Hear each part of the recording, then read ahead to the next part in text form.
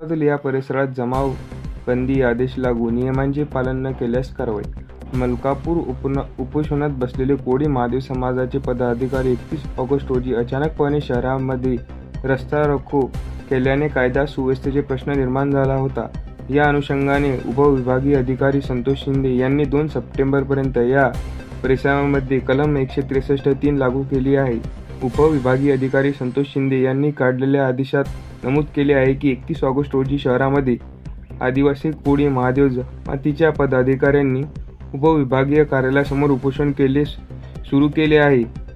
अंदाजे 50 ते 60 जणांनी अचानकपणे रस्त्यावर येऊन रस्ता रोको केला. यामुळे शहरामध्ये काही काळ कायदा सुव्यवस्थेचा प्रश्न निर्माण झाला होता.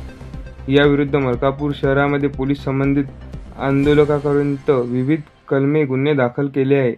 सोमवारी पोळा सण असल्याने व आदिवासी कोळी महादेव समाजाचे उपोषण सुरू असल्याने शहरामध्ये जातीय तणाव अदृश्य निर्माण होऊ नये, त्याचप्रमाणे मलकापूर ते सोलापूर या राष्ट्रीय महामार्गावर वाहतुकीची कोंडी होऊ नये, तसेच सदर कोळी महादेव समाजाचे उपोषण संपेपर्यंत 2 सप्टेंबरपर्यंत तहसील चौक ते जिल्हा परिषद हायस्कूल या रस्त्याचे कलम 163(3) अन्वये जमाव करण्यास, वाहनांना प्रवेश, अधिकृत प्रवेश यावर बंदी घालण्यात आली आहे.